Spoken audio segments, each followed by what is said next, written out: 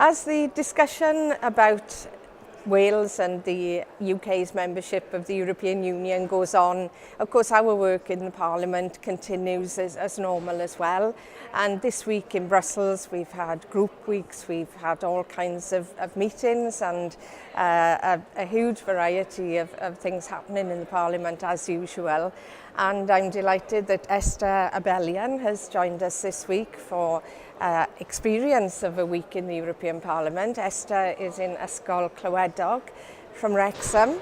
Tell us a bit about yourself, Esther, and why you wanted to come here. I'm currently just finishing high school and I'm going on to do college, and because of that I was thinking about what I wanted to do in the future, and I was thinking about doing work experience, and I thought this would be a really amazing place to come and to learn a bit about the world and what's going on and that kind of thing. We're always so pleased when particularly young people from Wales come here and share in the experience of being part of Europe. What is the biggest impression that it's had on you? I think the place is amazing, like architecturally, and the people here are really amazing too. It's one big, massive community here. Even though everyone's really busy doing their own thing, they're all helping each other at the end of the day to achieve a common goal, which I think is really great. Yeah.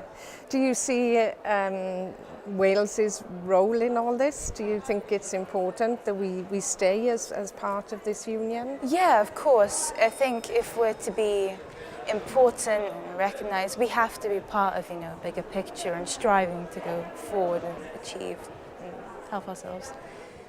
Well, I'm glad you're enjoying your experience here at the European Parliament. I wish you all the very best for the future. I know that you'll do well, and you've been a terrific ambassador for Wales here in Brussels. Thank you. Thank you.